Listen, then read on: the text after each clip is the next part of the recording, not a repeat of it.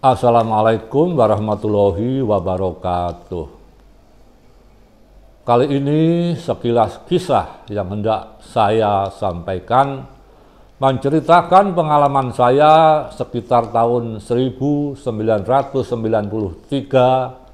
ketika saya ditugasi oleh Dahlan Iskan untuk menjadi General Manager tabloid Jawa Anyar. Tabloid ini berbahasa Jawa yang kantor manajemennya berada di Karah Agung 45 Surabaya. Sementara kantor redaksinya ada di kawasan Kandang Doro Solo. Nah, pada jajaran redaksi terdapat nama-nama N. Sakdani, kemudian Anjar Ani. Beliau ini seorang penggubah lagu-lagu Jawa terkenal, antara lain lagunya adalah Yen Ing Tawang Ono Lintang yang dibawakan oleh penyanyi keroncong beken yaitu Waljina. Ada juga nama Pak Suparto Broto, novelis terkenal, kemudian Pak Tamsir AS, kemudian Mas Nur Syahid P, Mas Bonari, Mbak Dini Pangastuti, dan lain-lain. Nah, pagi itu kami bersiap-siap berangkat ke Solo hendak mengunjungi kantor redaksi. Nah, Pak Dahlan waktu itu baru saja sembuh dari sakit liver yang kala itu diopname di Rumah Sakit Budi Mulia Surabaya sekitar 2 minggu. Nah, kalau tidak salah, saat kami hendak berangkat ke Solo untuk mengunjungi kantor redaksi itu, Pak Dahlan baru saja keluar dari Rumah Sakit Budi Mulia sekitar seminggu. Nah, kami bertiga, yaitu saya, Pak Dahlan, dan Mas Herman Rifai yang bertindak sebagai driver mempersiapkan mobil BMW putih L1JP untuk segera berangkat ke Solo.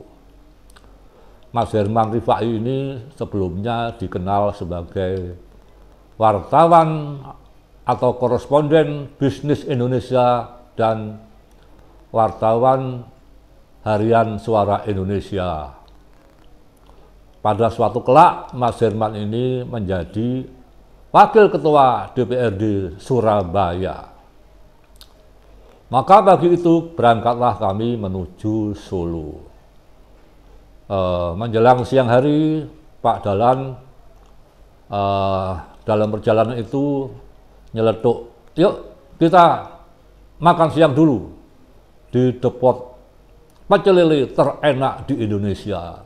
Nah, maka kami mampir ke salah satu depot pecel lele yang kalau tidak salah letaknya waktu itu di sebelah kanan jalan. Setelah makan siang, perjalanan dilanjutkan lagi.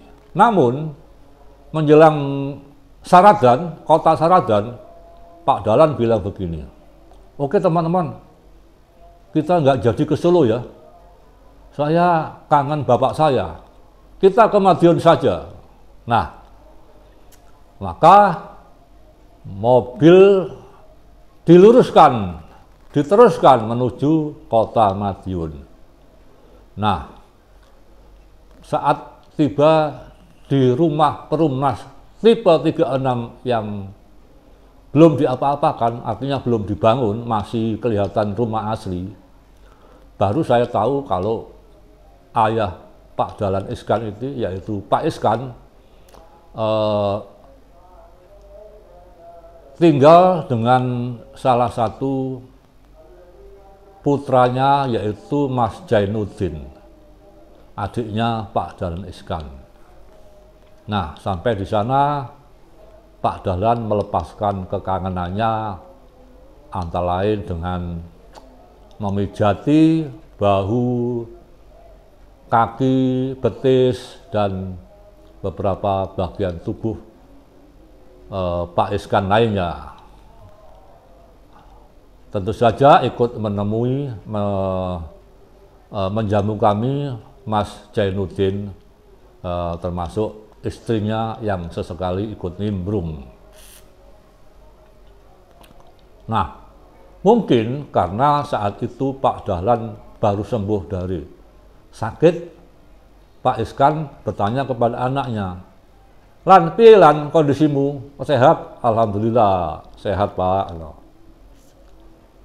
Terus Pak Iskan bertanya, "Entek piro Dal? Entek piro Lan?" Dijawab dengan kalem oleh Pak Dahlan, "Kali doso Pak, maksudnya 20 juta rupiah. Tentu saja uang 20 juta rupiah pada saat itu jumlahnya tidak sedikit. Karena kalau tidak salah pada tahun itu, awal 90-an, kurs dolar masih sekitar 2000. Jadi kalau misalnya dikonversi atau diproyeksikan ke uang sekarang, nilai sekarang kira-kira jumlahnya 140 juta rupiah. Lantas Pak Iskan bertanya lagi, "Lan, yen wong ora duwe duit ngono piye Lan?"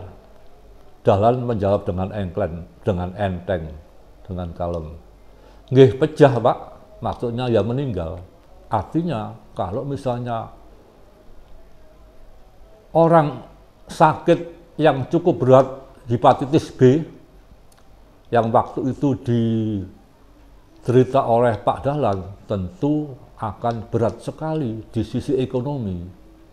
Maka Pak Dahlan yang orangnya logis ini, ya dengan enteng mengatakan, "Nggih pejah Pak, ya meninggal kalau seandainya tidak punya uang sebanyak 20 juta rupiah, yang kalau dikonversikan ke sekarang nilainya mungkin sekitar 140 juta rupiah. Barangkali Pak Dahlan tidak salah. Saat itu sedang viral, sedang booming buku karya Eko Prasetyo, seorang penulis dari Jogja yang menulis buku judulnya Orang Miskin Dilarang Sekolah. Kemudian buku ini sepertinya serial ya, salah satu serialnya yang saya hafal selain Orang Miskin Dilarang Sekolah juga Orang Miskin Dilarang Sakit. Bayangkan kalau orang sakit separah Pak Dahlan waktu itu dengan 20 juta rupiah tentu akan kelenger, maaf ya, akan meninggal dunia. Kalau sekarang mungkin agak berbeda ya. Sekarang ini kan ada kartu Indonesia Sehat, kartu Jam Kesda, kemudian yang punya duit ikut BPJS, yang anggota Polri, TNI atau ASN, pegawai negeri, ada kartu Askes. Maka hal-hal yang tadi di sekitar tahun 1993 dikhawatirkan, ditakutkan dengan narasi nggih pejah Pak, maka agak ringan. Kawan saya, Toto Sonata, punya kartu semacam kartu Indonesia Sehat, namanya Jam Kesda. Berbeda dengan kartu BPJS yang ada iurannya setiap bulan.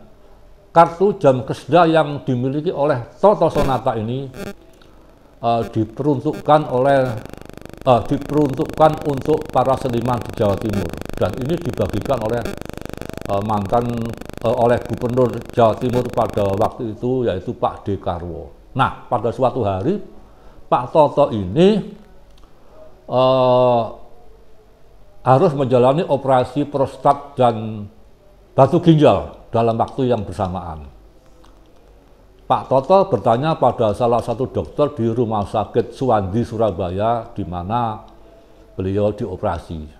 Seandainya Pak Toto ini harus bayar, sekitar 15 juta. Itu terjadi sekitar 10 tahun yang lalu.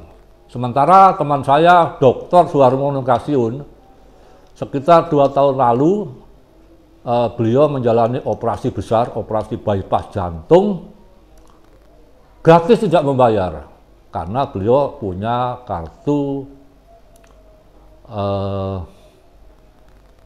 Askes, BPS, BPJS untuk Polri dan pegawai negeri, namanya Askes ya, asuransi kesehatan.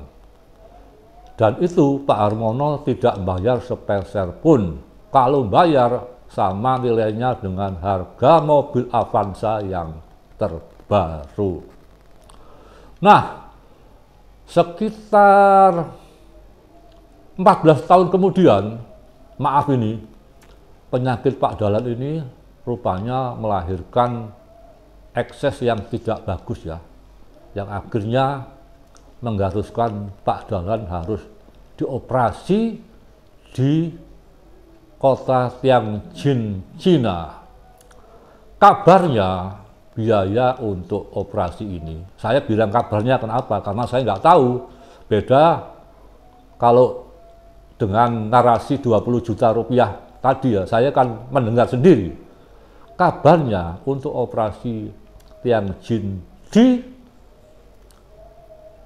Cina tersebut, Pak Dahlan mengeluarkan biaya sekitar 3 miliar rupiah.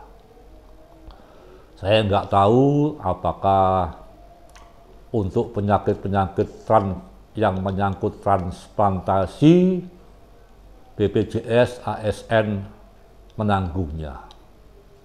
Artinya, kalau kita tarik dengan narasi sekitar tahun 1993, mungkin nggih pejah Pak, masih berlaku untuk operasi-operasi yang sifatnya rumit, yang sifatnya apa ya, sangat mengkhawatirkan. Alhamdulillah, beliau karena punya uang 3 miliar rupiah, nyawanya terselamatkan. Dan tentu saja ini berkat pertolongan Tuhan Yang Maha Esa, Allah Subhanahu wa Ta'ala. Nah, kisah-kisah tentang hal itu, tentang nggih pejah tersebut, disusun oleh M. Jupri, sahabat saya almarhum M. Jupri, dalam buku berjudul